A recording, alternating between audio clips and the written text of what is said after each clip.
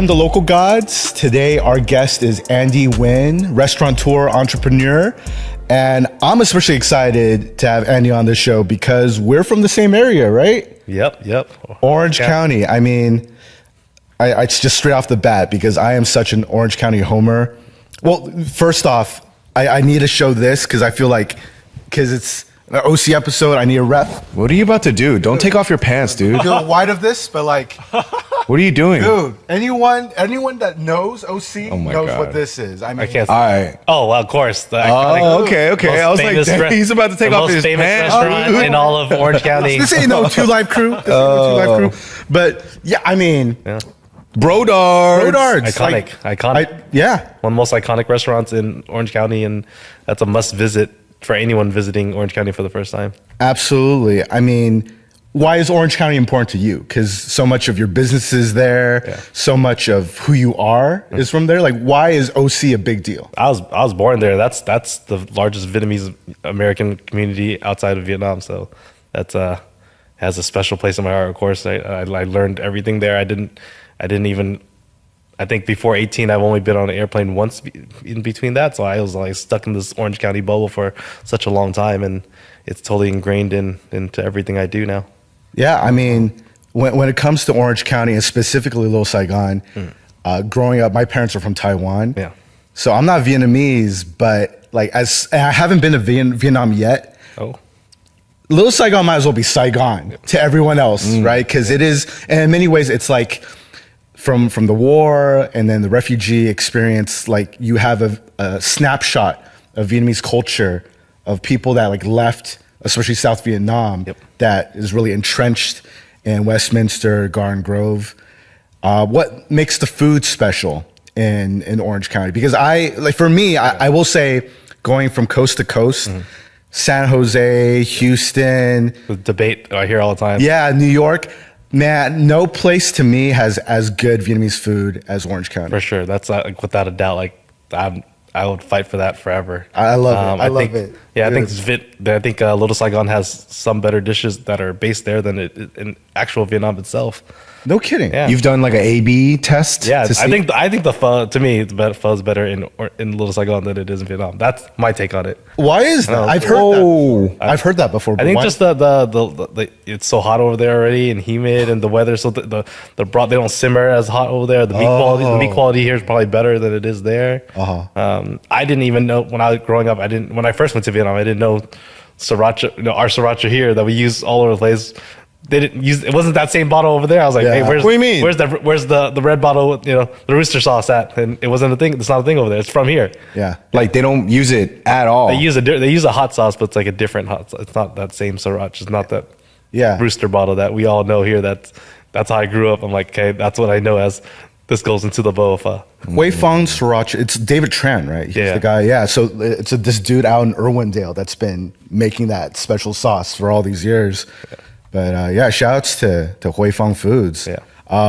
When it comes to, just like the Vietnamese food experience, like what excites you, right? Because like not only is your heritage Vietnamese, but also just like I'm sure a lot of people you work with. Yeah. I love exploring the Vietnamese cuisine. I'm still picking apart things and learning, and how do I apply some of those flavors and dishes to other projects that I work on. I think a lot of it, besides pho and banh mi, can be global as well. Yeah. I've tested some of it to try to put it out there and see where it sticks. But I think flavor profiles. We have so many different dishes that are amazing. Anthony Bourdain even himself said one of his favorite foods around the world is Vietnamese food. So it's cool to hear. For sure. Yeah. Have you ever had Denver pho or pho in Denver? They call it Denver pho? Well, like, I mean, that's pho in Colorado? Yeah. I have friends from Colorado that swear by pho in Denver. I've had it before. I feel like the sizes are bigger out there. Yeah. But to me, where's the best pho you've had in the States? It's a Little Saigon for sure. Where? There's a number of spots that I usually go to. I go to the iconic Pho 79, which has the James Beard. The new cat on the street is like Pho-holic, who's been killing and starting to scale up stores right now. Pho-holic. They only do that. They have like if you go into their store, they don't serve anything else but pho. That's when you know it's solid, right? And they have multiple locations now. They're killing it. Okay. I go to this place called Pho Lovers now. I think my buddy introduced it. Supdoc, he introduced it to me, and after that, I fell in love with it. I was like, hey, this place is solid, and a sleeper on the list. Nice. Okay. Yeah. Very cool. I mean, you were mentioning that besides pho and banh mi, that there's so many different types of Vietnamese food that you feel would be great for a mass market. It just hasn't been discovered yet. What sticks out in your mind where it's like, man, these things should be next? I think spring rolls are a thing that is great to Hard. expand on. Yeah. I think bun sale is an interesting dish that people love the textures of once they have it for the first time. It looks a little crazy like a crepe, but when you bite into it, you're like, okay, this is a great texture profile. For sure. Yeah. For sure. I love it. Yeah. Bánh xèo is actually my favorite thing to eat. And I've heard from other Vietnamese friends that is like the measure of a great Vietnamese restaurant if they can get their bánh xèo right. And I always have to point out to people that have only had it a few times or have only heard of it, that it's like, it's not an egg crepe. No. Because if you know anything about me, I do not eat eggs. So the fact don't eat eggs. I don't eat eggs, Oh, wow. man. I'm not a fan. He's terrified of them. I'm legit terrified. So things like balut or whatever, Right. like it literally, like my skin will crawl just at the thought of it. Okay. Yeah. Yeah. I didn't know bun sale didn't have eggs in it until Until right now. no. Until right I knew now. in my 30s. Yeah, until my 30s, I was like, wait, there's no eggs in this thing? Oh, you thought it was in the batter? I thought they mixed it in. Like, why is it yellow? Because of Turmeric? Yeah. Oh, Yeah. big brain. Yeah, man. Yeah, but besides Vietnamese food, just food in general, like I'm so happy that you're able to join us on the show because besides repping the Vietnamese community, you really rep OC. And Always. My hometown is Fountain Valley. Okay. And going back as far as I remember into like 80s, 90s, even the early 2000s, Fountain Valley was just like a little bedside community where city. Yeah, sleepy city. People would work in all the cities close by, so all the other cities were more well known around Fountain Valley, like Santa, Hyena Beach, Costa Mesa, Irvine, even like Anaheim, Buena Park, right? Disneyland's in Anaheim, Knott's Berry Farm in Buena Park, but no one really knew anything about Fountain Valley until this one place that you helped start kind of blew the lid off. Yeah. After's Ice Cream. Can you tell us a little bit more about that whole experience and kind of inaugurating this idea of Coachella food? Yeah. Prior to After's Ice Cream, I was in the clothing business and apparel. Imaginary Kingdom, right? I'm King? Yeah. Dude. Yeah, so I started a clothing brand and I learned a lot about, branding and marketing and developing an identity and becoming a face to the community at the same time. And I also learned how to become a writer through that because blogging was such a big deal. You had a clothing brand, you pretty much had to be a blogger. If you weren't telling your story, you didn't have a clothing brand. Yeah. And then the topics that just became really popular with the audience was what I was eating for lunch, right? Everyone just everyone just kept, sending me emails and comments about where I was eating and, thanks for sending this list and thanks for, putting these places on. That was some of the best food I've ever ate. I was like, oh, wow. I guess I have a knack for discovering food spots. And I was like, okay, so I guess I'll just keep making this more of a hot topic on our blog. And, I kept writing down ideas of what I would do. And, ice cream just became a thing that I saw a gap in and, started implementing a lot of my streetwear identity into this After's Ice Cream concept. And, no one was doing that, and it just took off. And Kind of have a cookie butter color palette going on right now. One of my favorite flavors. Yeah, for sure. I mean, speaking of which, like, I think the thing that was really innovative for Afters was the fact that you guys made this donut, like hot donut, because it was like a panini press with the donut, and then you put a big scoop of ice cream in the middle. you sealed it. And, Delightful. I remember the first time I bit into it, it was like I was seeing the universe. Dude, I remember when I bit into it. It was last year. There you go. Yeah, because I'm new to California. Oh, yeah, you've been Yeah. there. Yeah. Oh, yeah, I've been. Yeah.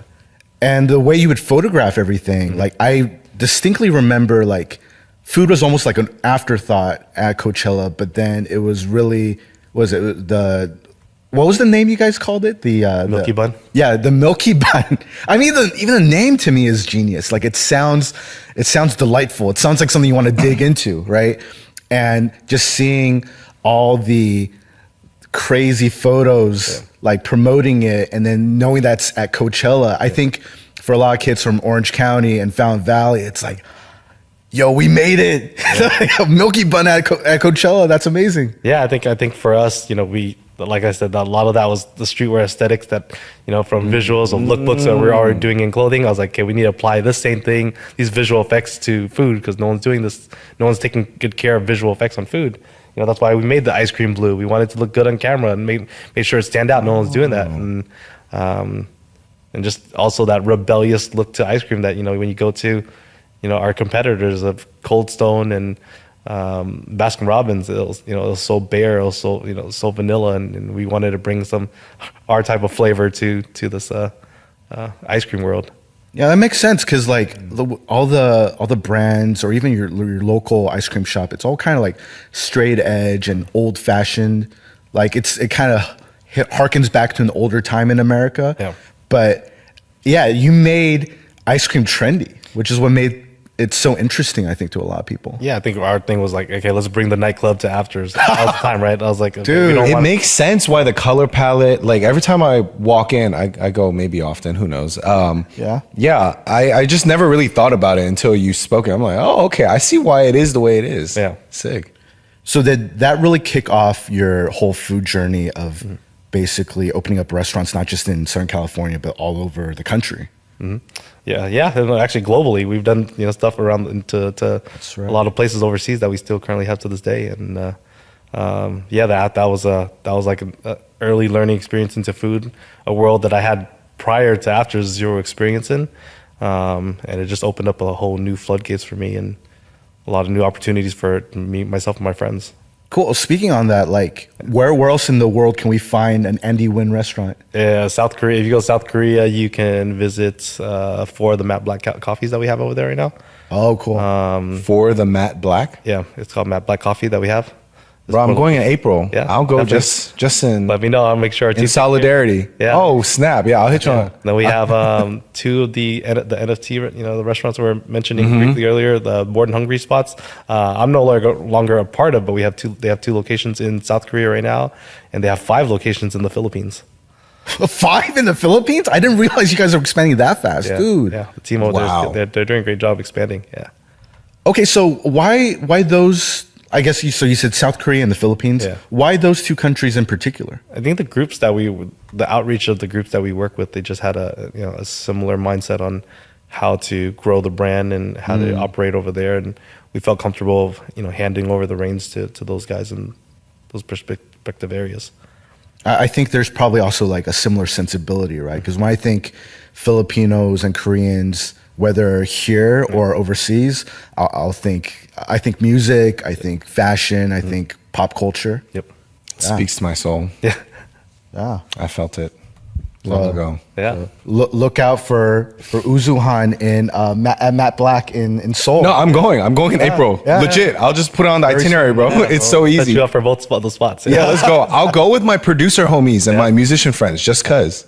Yeah, we'll make it happen for you. Yeah. Cool. You know what? To be honest, I haven't even visited the stores in Korea yet. You're that. Should I do a video walkthrough for you? Yeah, you might have to get content for me because I haven't even physically been there since we've opened. Wow. It was all during all started during COVID, so I didn't get to go. But from what I'm looking at visuals, the stores over there look better than the ones that we were doing here. I was like, oh wow, that's crazy. I'll tell you if it smells funny. I'll give you all the senses. I got you. Yeah. So you have a whole team that's basically running things, and they'll send us updates. We're weekly calls and updates on what's happening over there. Okay. Yeah. So you're constantly you have meetings all the time. Yeah, I'm living around the clock. My life is around meetings. That's usually what my day to day is like. Oh wow. Yeah. Do you ever block it off? Because you say you have a family too. Like I have a work schedule, and after that, I'm picking up the kids, and I try to block off a few hours unless there's something like emergency where I have to take a call in between. But other than that, I try my best to stay away from the phone during those hours. until before I put them to bed, and then I'm back on the computer again. Okay. Sure, okay. man. I think like all the successful entrepreneurs I know, they have to kind of create that schedule because otherwise, like things take over. Yeah, it'll consume you, and I've been in that before where all those will work 24/7, and I've been in. Yeah, it's a tough cycle to get out of. What was the wildest period of entrepreneurship for you, where like you were kind of like caught in it, and it was like nonstop? I think right before I had kids, I was on the plane all the time. I was doing not only projects here, but I was having consulting gigs overseas where they'd fly me out to the Middle East to go there and consult, and I'm there for like 2 days, and I have to get back to do things here. So that's when my schedule was crazy. I think like 2018, 2019, 20, right before the pandemic. Yeah, that was when things were insane. It's not as glamorous as people imagine it to be. Everyone always talks about the jet set life in Southern California. No, it's even tougher with kids. I'm like taking the shortest trips possible. I was like, hey, can I get first flight in and then last flight back home, or take a red eye out and try to get home to the family afterwards. Okay. Yeah. Do you have any like tips for jet lag? I'm always curious with jet setters. Like, do you have anything, or do you just rough it out? No, with I try to. Melatonin helps a lot, which like trying to fix my sleep schedule like these days. If I need to, I rarely take it, but if I need to, I'm like, hey, well, I didn't sleep all night, or I'm too wide awake when I landed. I need to fix my sleep schedule. I need to take it at this moment. You basically have to biohack yourself to get back. And then I'll be a little groggy the next day, but at least it'll set me back on. Okay. Yeah. Wow. I mean, speaking of travel, with all the other concepts you're bringing up, I always think it's interesting how when I travel in different parts of the country, you'll see like other cities kind of 1 or 2 steps behind what you see in LA or New York. Is that like kind of a strategy with like where you pick to start a concept or how you expand? No, I don't think we're looking because they're behind. I just sometimes we see like an open opportunity, or does it make sense to the projects that we're doing, right? For example, Trill burgers, they probably weren't doing smash burgers there at the time, and when we launched there, we were early in it, but we also put a really strong product out there that resonated with that community. Yeah. How did that happen? Because it's like everyone that's a hip hop head knows Bun B, and then like I guess there's Bun in his name, but like burgers and Bun B. How did that all come together? I had a different concept in Houston at the time. Okay. And I never got to visit the store because it was during the pandemic, and my wife was like, "You're not hopping on the airplane. We just had our first kid at the time." She's like, "You're not flying." I was like, "Okay, well, I guess not." So I didn't know what was going on in the business for a year and a half, and when I finally got there, I was like, "Oh wow, it's kind of slow. What are you guys doing during this time period?" And they weren't thinking outside the box, and for me, I was like, "Hey, well, automatically, I was like, okay, why during downtime you guys should be working on other things to try to pick up traffic, whether it's marketing or new ideas." So I was like, "Hey, let's just use this as a ghost kitchen for a bit and let's start a new concept." And I was like, "Okay, I know burgers really well. I think we could do a great burger out here, and if I'm gonna do it, I'm gonna shoot my shot and ask Bun B, do you want to do a food concept because you like food and you haven't done a food concept before?" And I asked him. He jumped in on it. I was like, okay, I guess it works because no one else has ever asked him to do it. And that's crazy. Bun's in his name. Like, seems like a low hanging fruit. You know? I mean, this feels like unfair because you make it sound so easy. But like, I mean, even just our initial conversation, we can tell like whether it's your streetwear experience or your prior food experience, you're specifically wired to see the connections like so well. Because those are things I'm into, right? Like I'm into like before I went into fashion and food, I was into music was a thing I thought my career was going to be, and I was like, okay, well, I'm not working in music this way, but I always intertwined it within with fashion. I was always doing product placements and collaborations with artists, and when I got into food, the music that's playing through the stores is always like hip hop, pop, EDM music that's bumping through it. So it's always like one way, form or another, always connected. And with Bun B, that I think that only worked because I had some type of track record. Right? If I didn't have a track record, he probably wouldn't even like look at it or who are you? Sit down with me. Yeah. Like, what are you trying to get me into? Like, and then he gave me a shot, and we did these pop-ups for a while, and now we have stores that we're growing over there in Houston with 4 locations, and wow. Like it seems like you have the magic touch, man. Everything you're involved in, it multiplies. I think a big part of it too is like I love the reaction videos that you see on TikTok and Instagram, like Tyler taking a bite. Like I think Tyler's always a great video for that because he always puts his sauce on his reactions. Like was that something that's also from back in the streetwear days? That was not a planned thing. I remember at Coachella, I think he was walking around with his security looking for food, and one of my buddies said, "You should go. You want to try Trill burgers? You want to meet Bun?" And he's like, "Yeah." And then I get a text. And my guy's like, "You need to get over here right now. Tyler's in the back, about to eat a burger." And I just whoever I was talking to, I was like, "I gotta go." And I see them recording him eating a burger. I was like, "Well, this is because Tyler." Product placement with him is not easy. It's like impossible to get him to do anything because he only does things that who he wants to do. Like he's just that type. And luckily we got that content of him willing to eat the burger and talk about it on camera. Dude, and that's so nice. Yeah, he made it so dramatic too, like his reactions and all that. Like it really was the perfect video to introduce people that have never had Trill burgers. Yep. And I think he came back. I heard he came back like the next day to get more burgers too. Let's go. So he likes it for real, for real. Yeah. Oh, wow. Dude. Man, but that's the way to do it. Like, just be genuine about it, and then you get great content from that. Exactly. Have you noticed just food trends-wise around the country, like different regions will like different things or, what sticks out to you? When I do like deep dive into different areas, I'll go into like studying, right, regionally, understanding cuisine. I know Utah is having a thing with the dirty soda trend that that took off, and that's become a thing. And I got entrenched and started studying that and how it took off. And same with Texas right now. I'm in my barbecue studying phase, so I'm hitting up all the barbecue spots. I'm not looking to do a barbecue spot, but sometimes I just love learning about regional things and how it's crafted and put together.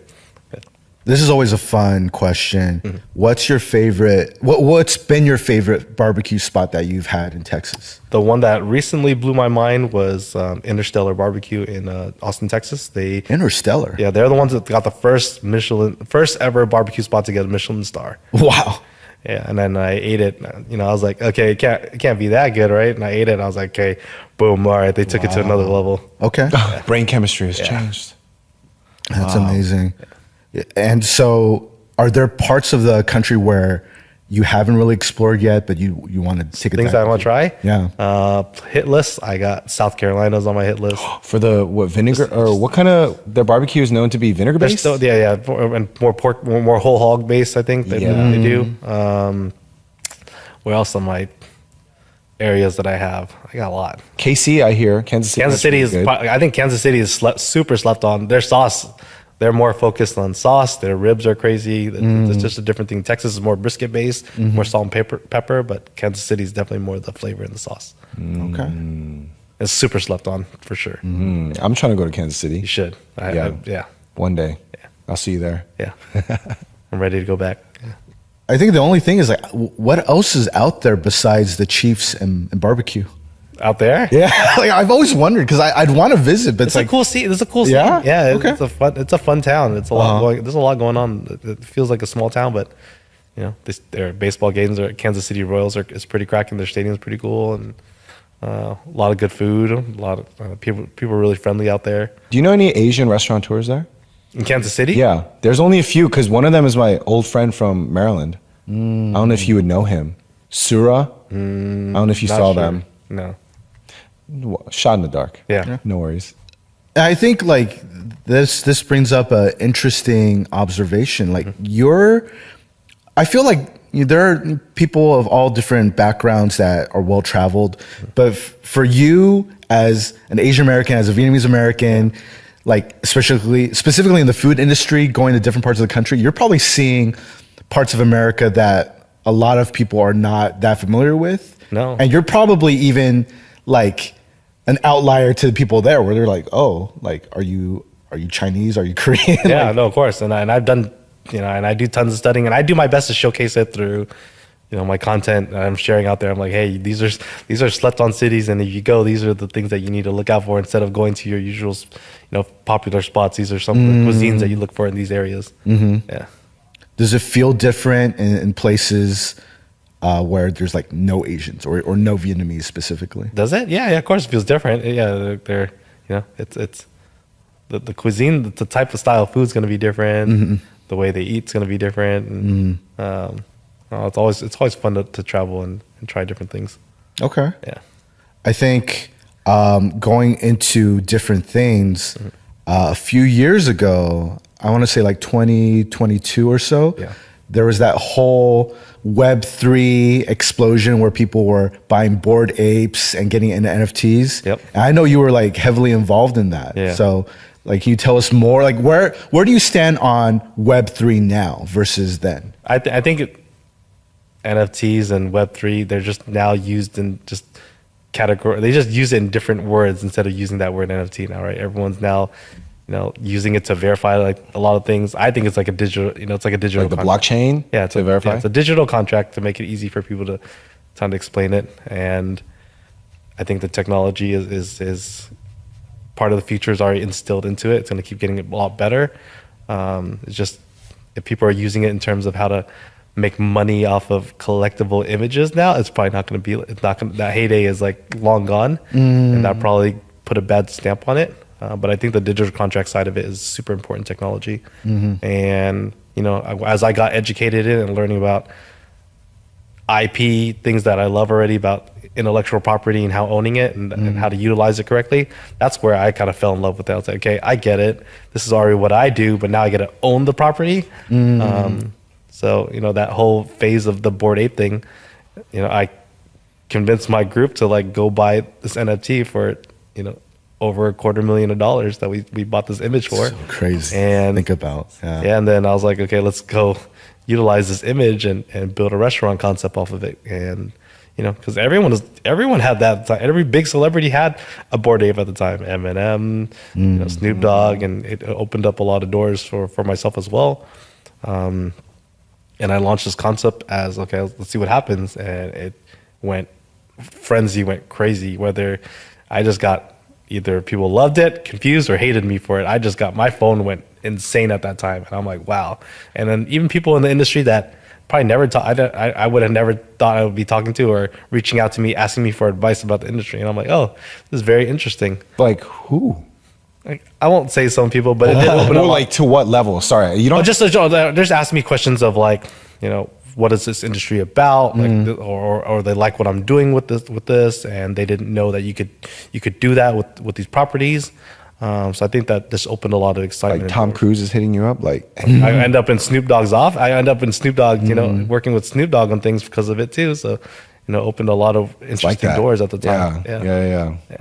Yeah, it makes sense because I remember like working with artists back then, and a lot of illustrators. The whole idea of NFTs, like, and now flash forward to like 2025, you get a similar vibe with AI art. Yeah, like people they treat it like you're asking me to do child pornography. Yeah, like this is I'm absolutely not going to do anything related to NFTs. Yep. But I think the fact that you had positive experiences and actually did your research, like that helped smooth the path for a lot of people, right? It did. It just, it was a gate. It was a good entry for people to kind of learn something different and new. And that's what it is, right? I'm like, okay, well, I'll be an early adopter and I'll be the guinea pig for this and educate you on like the good and bad parts of it, what I learned through it. Yeah, so like Bored and Hungry, so you started the Long Beach restaurant, and since then it's gone around the world.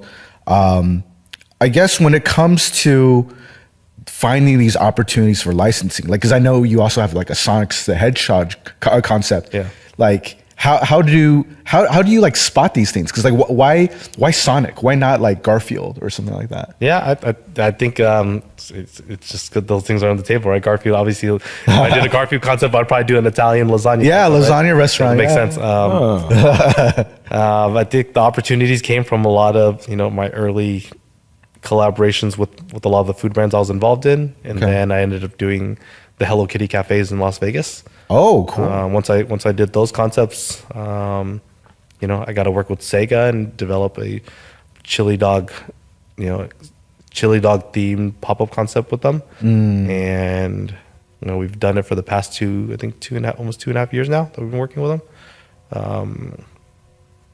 that also opened up doors for me to work with like Naruto, like anime, where I brought the first ramen Naruto concept with Silver Lake Ramen, because they've never done that with the Naruto before. And then One Piece Cafe. I worked with One Piece recently and opened the One Piece Cafe out in Las Vegas. And we got the new location coming up next. What else have we done? Just a lot. And I got the Teenage Mutant Ninja Turtles pizza one coming later this year. And that's that's like my childhood dream project that I'm bringing. Absolutely. Yeah, bringing that's New York, so cool. Yeah, New York pizza. Bringing it to California with hiring the best consultant I could find in New York to help me develop pizza for this project. Yeah. Dude, so in many ways, like there was that term back in the 2000s called kidult. Yeah. Kid adult. Yeah. Like you're living the kidult dream. I am the ultimate kidult. That is me for sure in a nutshell. Yeah. What like are the collectibles that you personally feel the most passionate about? Because it feels like so much of your work comes from that. I'm always collecting off a lot of nostalgic things. I have probably a strong Power Rangers collection of toys. I'm always looking for like vintage Ninja Turtles. I'm looking for like vintage WWE figures, like unboxed, and I'm always hunting for weird things in comics and Jordan rookie cards. If I could, like those are the things I'm hunting for. These are my grails I want for my list. And I'm still wearing, SBs that we were talking about. Yeah, bro. Like I'm always collecting things like nostalgic, and how do I bring a piece of that and excitement to what I'm doing now.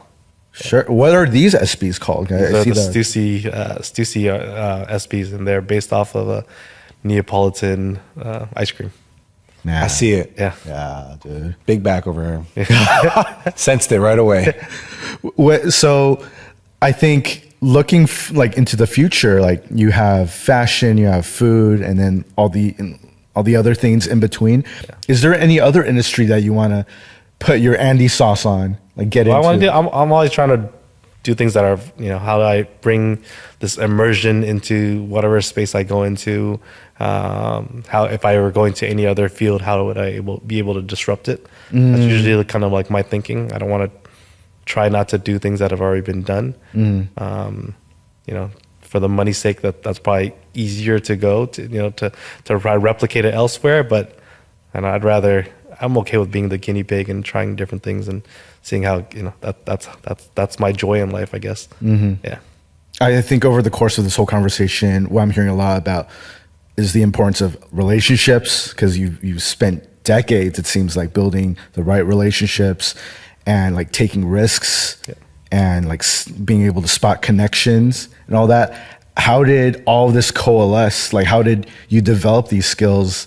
Like, is it really just from childhood? Yeah. I was like, I think I was like I guess I talked to my cousin about it recently, like a natural networker as a kid. I'm like, okay, well, I'm always out there like trying to figure out ways to connect with others, and I have a knack for grabbing attention, hopefully in good ways, but I just know how to I have an understanding of like, hey, this is how you grab attention, this is how you put it towards this, and there's always I'm always about bringing people together, and try to harness that energy to do something, impactful with it. Were you the kid that would like buy a pack of gum and then flip it for like $2? No, I'm not I was never like the hustler, like flipping type of person. I read this, and I heard something from the other day about there's like salespeople and product people. I'm probably more product person. Like I'm trying to develop the best product possible. If I don't make money off of it, then I'm probably okay with that. Like I'm just trying to put together the best experience for the consumer. The long hustle. Yeah, like the sales thing, like talking about dollars and like the margins and stuff. I'm like, I'll let the person better suited to handle that, and I'll just handle, trying to create the site and how to make it viable to work for everyone. For sure. Yeah. I love that, dude. Well, I mean, I feel like we've learned a lot, and hopefully people listening or watching this learn a lot about how to leverage their interests and their passions into something productive and helpful for their communities and make some money, for sure. Trying it, man. I mean, I feel like, well, we have our own little gift. It might not be up to your like high design. I know. Standards. Don't look under the, but don't analyze it too hard. For being a guest on our inaugural season, we have we have a local GODZ hat for you, sir. Thank you so much for being on the show. And then we always like to end our sessions with 3 questions. Okay, all right. So the 3 questions. Here we go. First one. Okay. OC is your home. Yes. Do you consider it to be your home? Yes or no? Yes. 100%. Okay, so in OC being your home, do you have, if people were to visit, what's like a restaurant that you're just like, okay, we gotta go here, y'all? He's already wearing the shirt. I didn't have to say it. So Brodart. Like if you know, that's like the most I think the most reviewed restaurant in Orange County before they moved locations. And, Yeah, you're right. One of the top. But if you go there for the first time, you're asking me if you've never been here. Yeah. I would definitely put that. That's on the list for sure. Okay, for like a group of 3, if we were to go to Brodar's right now and we didn't know about it, Yeah. what are you ordering there for us? The pork spring rolls for sure. And then Just the spring rolls, or like, I would say that's all you need to go for. Everything else is just there to kind of like fill your tummy, but Okay. But you need to get the pork spring rolls. That's the iconic dish that put them on the map For sure. and no one does it better than them. So. I agree. And it's at the airport. Which airport? John Wayne Airport. John Wayne Airport. Yeah. Santa, yeah. Yeah. Beautiful. And then the last question is, what is currently on your music rotation? What are you currently listening to? I'm listening to the SZA album. I'm listening to Oh, with the alien cover? yeah, I don't know. That's good driving music for that album. Yeah. Still keep listening to this day. Sailor, this Vietnamese artist, she's killing it right now. She sounds like SZA, and she has a song with Summer Walker already. And she's Vietnamese. I'm like, well, They're aligned. Yeah, like, check. Twee, of course, you know the Yeah, okay. Shout out the to ladies Twee. are killing it right now. Yeah. Absolutely. Yeah. Okay. Dude, that's great. Well, where can folks find you if they want to learn about the next restaurant, the next concept coming out of Andy Nguyen? Yeah, I think all the social channels, Andy the Win. Just look for me on there. Andy the Win. Yeah. All right, man. Well, thank you so much for joining us. Thank you. Thanks for repping OC. And yeah, we'll see you guys next time. See ya.